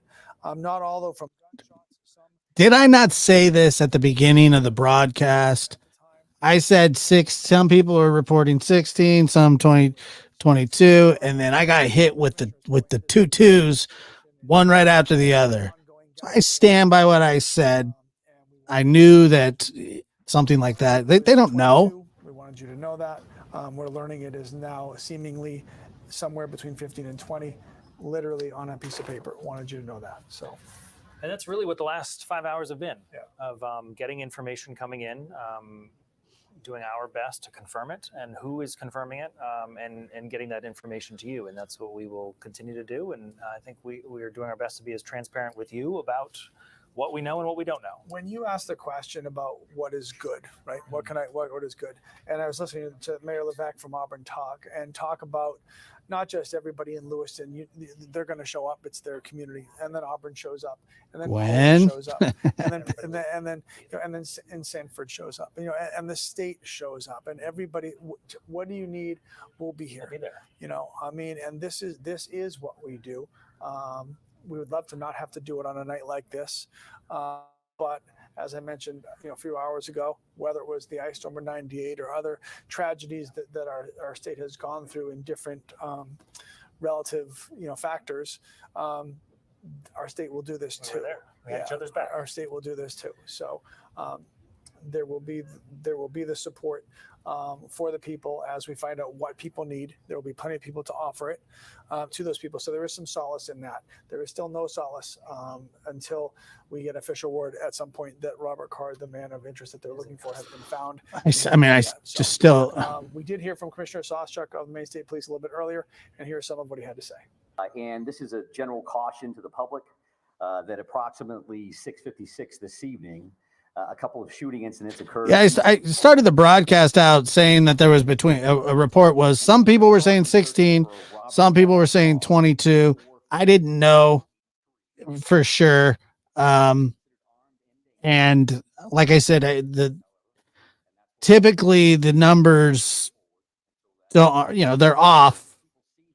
And I don't want to say that the numbers aren't important, because each number is actually a human life. So I want to reiterate that. However, nailing that down, I want to know, I understand the want to know, the need to know. And the fact of the matter is you will know. It's just not right now. You will find out.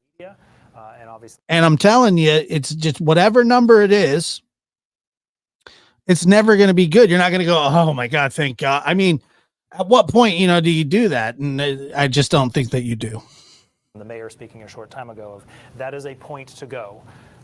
If you had, or you think you had a family or friend there and you need that point of communication to be reunified, that is where to be. We have, this is video from Auburn Middle School. Where that reunification center is happening right now. This is such an important piece of the puzzle here, Brian. There are so many people with questions right now. Where are they? How are they? I can't get in touch with them for whatever reason. Maybe somebody's running out of there and a cell phone falls and you maybe get in touch with them and you're fearing the worst. And so this is such a necessary part of this process for people to get the answers they're so desperately in search of. So again, it's at the Auburn Middle School. If you don't already know this and you needed to know, you're looking for this information, if you go to the Auburn Middle School, that's where you can get whatever questions are answerable, whatever they can tell you, that is the place to go to find out a very important piece of everybody's night here with direct connections to what has happened. This is tragic night for the state of Maine. And the mayor was asked, how long will you stay open as a reunification center? And he said, as long as needed. This is what our job is there now. And that was his focus. Lee and I were talking when we were on with you a few hours ago. Yeah, I don't disagree with that. However, there are people watching this. I'm watching this from all the way across the country. There are people watching this that are waiting to hear from loved ones and find out if they're going to make it or not. So that the number matters to it really does matter, because I mean, you're literally doing math. Like, I haven't heard from this person and they told me they were going there, and there's a lot of confusion still. So yeah, and it makes it, this job is hard enough. We talk about the news every day, and we're talking about generally sometimes, places that aren't here or that aren't in Maine or they're not directly connected to us. And this one hits home for everybody. This is what we were always hoping would never happen here. And, we had been blessed with being able to say that. And now we can no longer say that. And it's just there aren't enough words, and we talk for a living, and there aren't enough words to properly put this in perspective of just how awful this night is going to go down in history, and these next days and months and years, and all the healing that's going to have to happen for all of us, directly or indirectly affected. Jack Mulmud's been on the scene since pretty much this whole thing started about 5-6 hours ago, and he's going to join us now live. Hey, Jack. Hey, Lee. Yeah, that's right. It's been extremely long, frustrating, terrifying 5 to 6 hours for many of the families who have been here at the Central Maine Medical Center. That's where we've been for the several last few hours here. When we got here, it was the scene with dozens upon dozens of family members waiting in line, waiting to see if their family member survived or not after getting a call that their family member may have been a victim in that shooting. So they made their way here to give the name of their loved one who may have been involved in that shooting that we've been talking about for so long here, that tragic shooting that NBC is reporting took the lives of 15 to 20 people and ultimately injured around 50 people. And we saw people line up at Central Maine Medical Center here to give the names of their loved ones.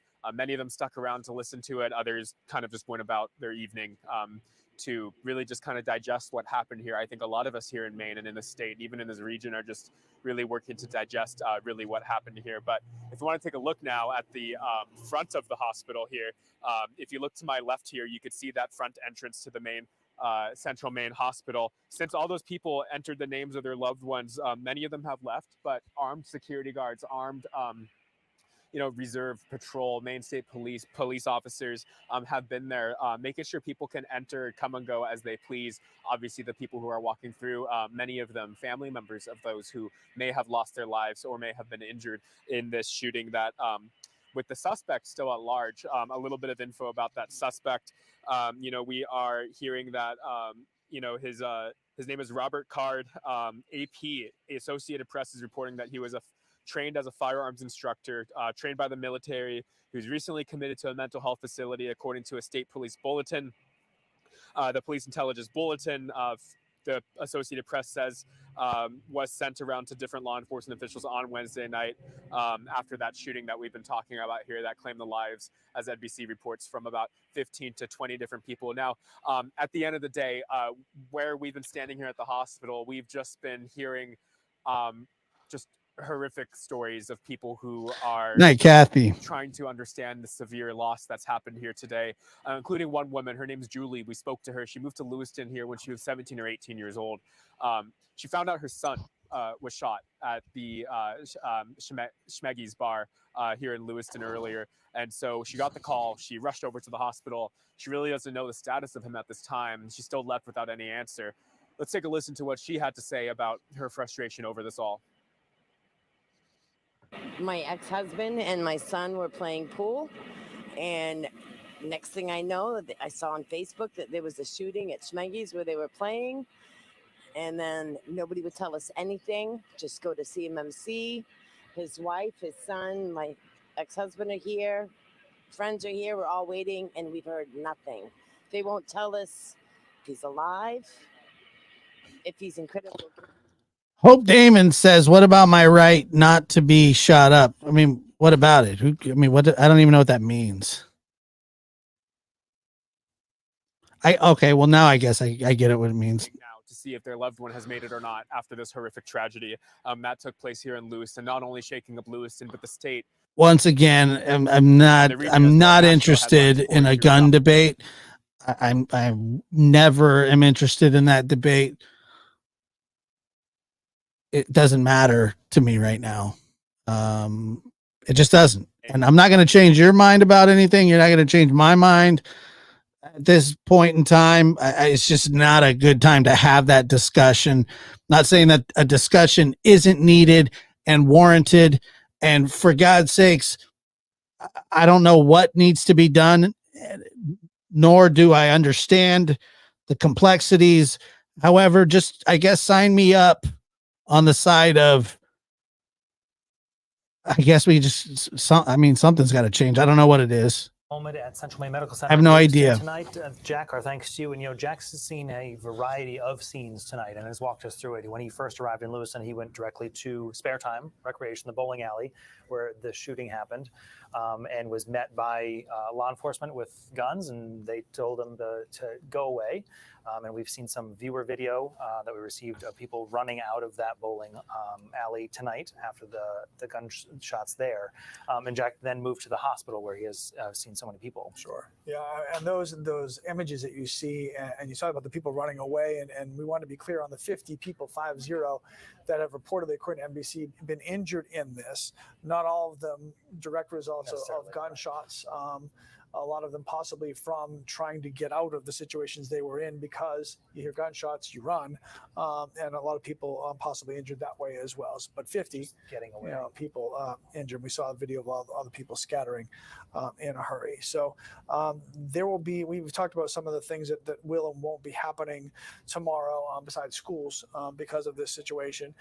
There'll be no public bus transportation in Lewiston tomorrow. So Lewiston has announced that there will be no public busing tomorrow in that area. So, and the Secretary of State's office has put on social media that their hearts are with the city of Lewiston tonight. Yeah, we heard from Representative Adam Lee in Auburn tonight saying a similar thing. So he's right in that community, saying, he and his family are sheltered in place, they're safe, and encouraging others, as we've heard so much tonight, to hug your loved ones and be thankful for what you have tonight, and thankful for our law enforcement and our hospital staff, who we know are working diligently to save lives, likely right now, from what happened tonight.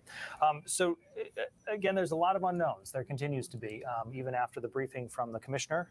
Still a lot of questions again about what happened. The biggest thing at this hour, and likely the cause of why we're seeing so many things being canceled tomorrow, is because Robert Card is on loose, and there's still an ongoing hunt, at least in Lewiston, Auburn. And Do you have my email? Yeah, of course. I have. his photos on your screen, and that's kind of the big message at this hour of this person is still out there. Yep, and there was a large police presence, which we showed you earlier. Hannah Cumler, Sam Rogers were in Lisbon at a boat launch on Frost Hill Road. The car that Robert Card was reportedly traveling in was a white Subaru. They did find the car. He was not with the car, so the search continues, and that chatter, if you will, of Thank you, Benita. surrounding areas and where they might No be problem. headed next, and that has been fairly Welcome. quiet. Thank you for being here. The search is obviously still on. If you do see him, to echo the words of Commissioner Soschuk, do not approach. Mr. Carter is deemed to be armed and dangerous as right now specifically called a person of interest. They were very deliberate with the words there. They were. And so they do not approach him. You're not asked to do that. If you see something, even if you see somebody who might be that person, to please reach out to law enforcement, and certainly better to be safe than sorry. And then the commissioner also talking about the Reunification Center that's happening at the Auburn Middle School, which is such an important piece of this puzzle for so many people that have so many questions that are looking for answers. Yeah. And that's the big thing, is trying to get answers for so many families at this point. Alex Haskell has relocated tonight to the Reunification Center at Auburn Middle School, joining us now live with what's going on there. Hi, Alex.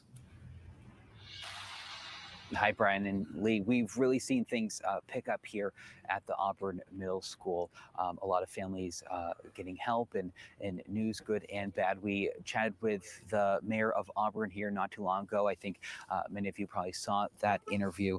Just wanted to share some of the things that he said to us. Dozens of witnesses of the shooting were brought here, and they varied in ages, the youngest being teenagers. He said, a lot of people have been able to get help here, but also receive some, the most terrible news possible. And So according to CNN, a youth bowling league was at the bowling alley at the time of the mass shooting in Lewiston, Maine.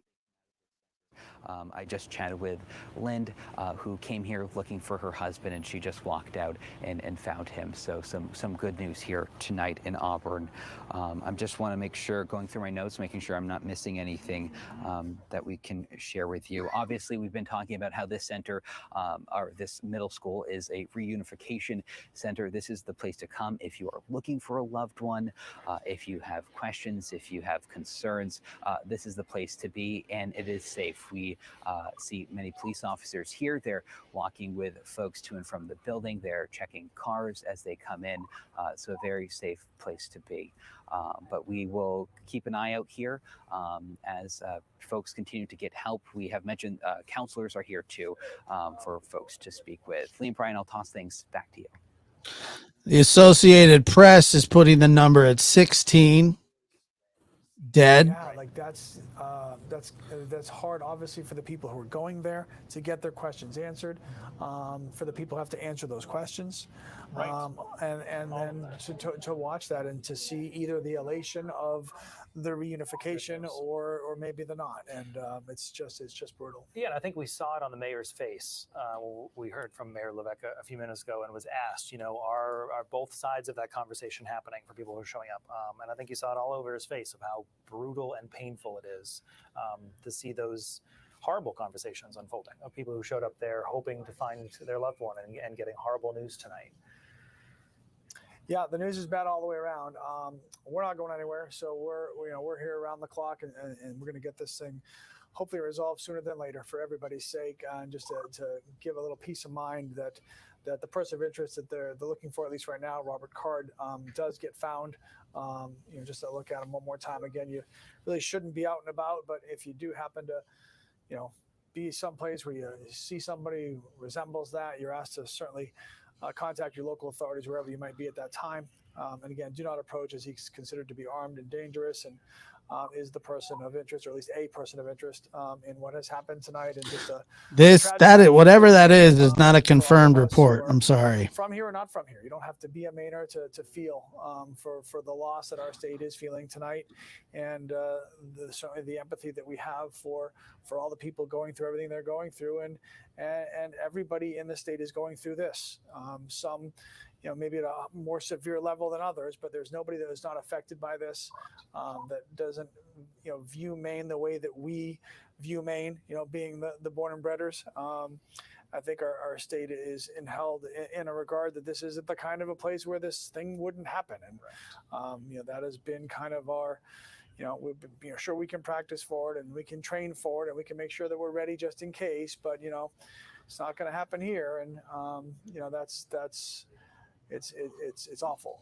There's no appropriate word. Unless Robert Card has taken his own life, there's going to be a confrontation probably with the police, with whoever tries to apprehend him. And once again, this man is a firearms instructor. He has military training. He knows how to use a weapon. So I truly, truly hope that everybody is safe, that is trying to capture him and apprehend him. I'd be surprised if he goes down without a fight if he hasn't taken his own life by now. Commissioner Sawchuk was 6:56 p.m. That bowling alley, that had kids, right? There's kids in the bowling alley. There's adults in the bowling alley. Maybe Wednesday's bowling night for your team, your workplace, your group of friends, whatever it is. You think it's a fairly innocuous activity to go out and go bowling, and then well, it certainly is. And your world gets turned literally upside down, and we all sit around now and search for answers.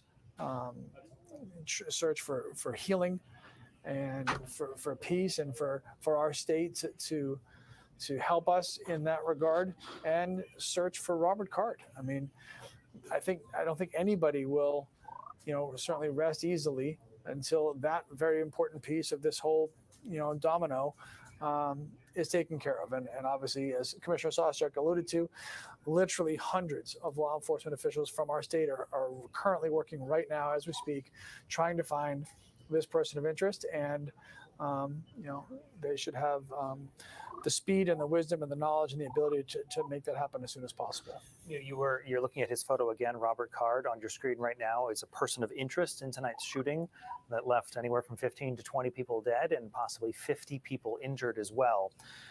You were also looking at some video from outside Spare Time Recreation of just showing that the perimeter that is pretty much around the building as well, and how far back people are being kept from that building. Certainly a tremendous crime scene there to process for officials as well. And in terms of kind of the scope of the response to this, obviously this has the nation's attention tonight. Personally, I've had messages from people all over the country realizing what's going on here, asking that everything's okay. Other journalists who I know on their way here to cover this, and saying that, on their drive here on the highway, law enforcement passing them. So this is where there is a focus right now. And I think in large part because there's that giant question, where is he right now? And I'm shocked. Unsettling. You're untrained? Yeah, it doesn't make you feel good. I mean, even just talking honestly with my own family. I mean, they're awake right now. It's 1 o'clock in the morning. I've got kids of all age groups, and they're all, they have concern. They have friends in the Lewiston, Auburn area. They don't know if their friends are okay. They can't get in touch with them.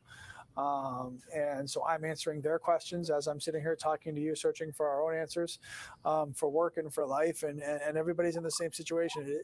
But I think your word unsettling really hits it on the head. It's just, we're all just on edge because we just don't know what's going to be next. Is, God forbid, the next thing going to be something awful that we hear about in another part of our state? Is the next thing that we're going to hear be, thank goodness they got him, and we don't know the answer to that question. And as I was mentioning before to the doctor that was gracious enough to spend some time with us, unknowns are hard, right? I mean, knowns are easy to deal with, or easier to deal with. Unknowns are hard, and this is a very big unknown. And we certainly trust that all the men and women that are out there right now doing their jobs, in full force with the entire state on the lookout. And not only that, he was. It took them quite some time to find him. One of those challenging unknowns, I think, is, in the search for our search for answers and your search for answers is there is, correct me if I'm wrong, Lee, but there is no next definite time we will hear from police. Yeah. Earlier, we knew we were anticipating hearing from them. We'll hopefully get more information. At this point, it's a little open-ended, which I think adds to the uncertainty of the night of when will we know something more? And another hard part, journalistically speaking, is as we try to gather information, the people that we would generally go to gather information are a little busy right now. Very busy. So answering a text or a call or, hey, help me out, it shouldn't be and isn't their top priority. They're all, full force ahead, focused on the task at hand, which is to find their person of interest, Robert Card. So it makes it harder to gather that information than if something is resolved, then you can, call or text a source and say, hey, okay, I've got 5 minutes here. I can chat with you a little bit. And so our reporters, which are also scattered throughout the state, are working hard to get as much information as they can, as accurately as possible, as quickly as possible. Roger that. And that's what we're all waiting for. So, yeah. And we know that at some point you will hopefully go to sleep, but tomorrow you will wake up and there will be the questions of school and work and what's open and appointments. And we are constantly working to compile that information for you in the News Center Maine app. So if you're not able to stay up with the minute-by-minute updates we're giving you there, we're putting it all there for you as well for when you do try to figure out what Thursday looks like. Yeah, and I think it's important. We're going to get to an interview we want you to hear in a second. I just think it's important to kind of emphasize this one thing that Commissioner Sawchuk said, and it really kind of stuck out, and we had said it earlier before he spoke. The information that you're searching for yourself, right? The information that you're searching your phone, you're checking the internet, you're texting your friends who maybe live in the areas that we've mentioned. Be real careful to just vet your information properly, to know that what you're understanding and you're learning is real and not something that might cause unnecessary panic, unnecessary stress for you, and that your information is accurate. Because in a situation like this, with so much interest and so many eyeballs and so many people weighing in, that you should know what you're seeing, reading, hearing is real, and not anything besides that. So that's important. There is comfort in that. Yeah, knowing sure. where the information is coming from. All right, Chris Costa did an interview for us a little bit earlier, and we want to hear a little bit of that. And if you don't mind expanding on maybe helping the general public understand, one of the focuses of your most recent publication, right, was about the comparison between thwarted public mass shootings and actual completed attacks. Can you help kind of give the abstract to the viewers at home of what that study entailed? Yeah, so that study was part of a federally funded study that was conducted with some colleagues at Northeastern University and the Minnesota Department of Corrections. And the study was a 3-year project that was seeking to learn more about mass shootings, mass public shootings in particular, which this case in Lewiston was a mass public shooting, which is far less frequent than the typical mass shooting, which happens in a residence. But we were trying to compile a data set and try to understand some of the correlates and trends of these mass public shootings. We also wanted to learn a little bit more about what makes particular events more newsworthy. Do they spread through some sort of a contagion effect? And another part of the project was, as you mentioned, looking at averted mass shootings. So mass public shootings that were planned, that there were steps taken to perhaps enact the attack, but it did not happen. And that thwarting could be through someone putting a stop to the attack as it was in motion, or the plans coming to the attention of some sort of authority.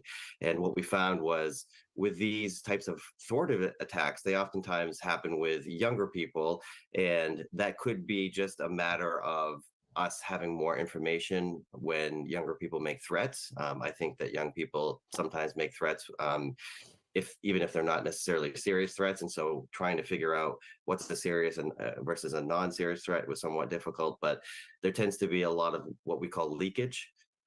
People tend to make their plans known, particularly the younger people. And so people who are with peers or surrounded by groups of individuals where they're talking and they're, complaining about things, and maybe they let slip a plan that they might have, or even trying to actively recruit people to be engaged in No, their plan. I don't. These are some of the things that we found. But cutting across the mass shooting literature in general, we know that oftentimes these perpetrators make their intentions known somehow. They have some sort of behavior that could be disturbing, that is a warning that lets us know that something is happening, and we need to take it seriously.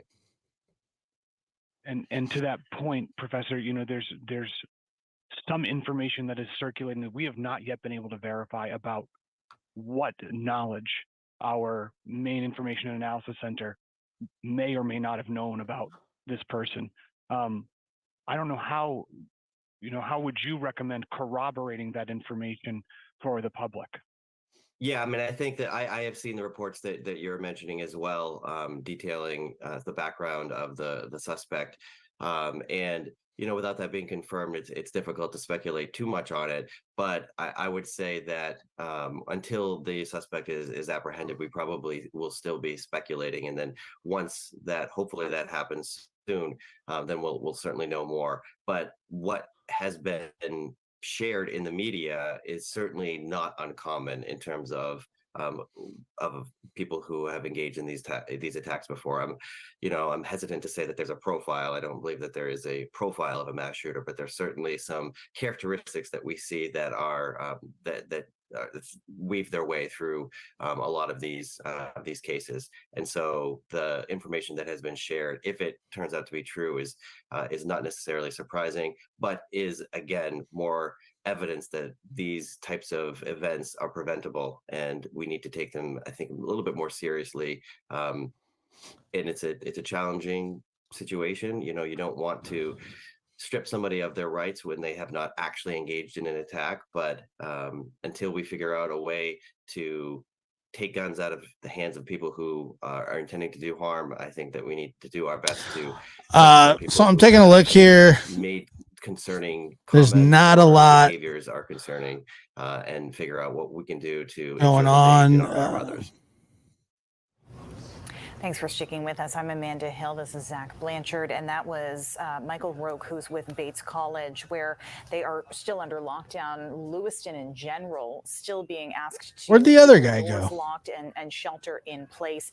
Now, what we are learning from the AP, which got a police intelligence bulletin, is a little bit more information about the man that police are looking for, Robert Card. They say that he had been trained as a firearms instructor at a U.S. Army Reserve training facility in Maine. This bulletin says that he had been committed to a mental health facility for 2 weeks in the summer of 2023. It didn't provide specific details about treatment or condition, but it did also say that he had reported hearing voices and had threatened to carry out a shooting at the military training base in Saco.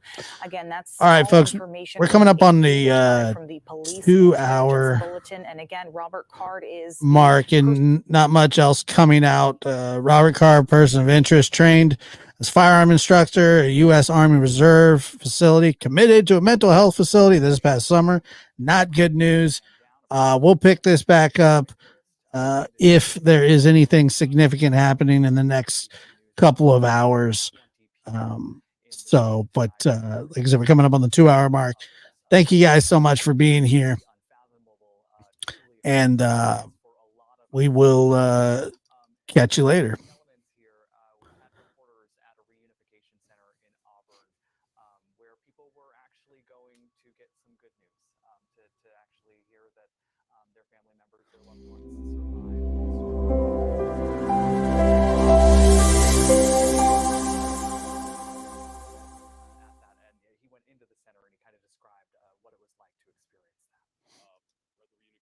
Right now, glad to see a lot of people coming, picking up their loved ones that were witnesses actually at this event, and talking with them. And my heart and prayers, and I think all of ours in this whole area, in the whole state, frankly, are going out to them right now, so they can get a speedy recovery. What were you hearing from the people in there? That's really what I wasn't hearing. I mean, at this point, this is a significant amount of shock, going on with people that were actually witnesses. Obviously, when I was bringing people in that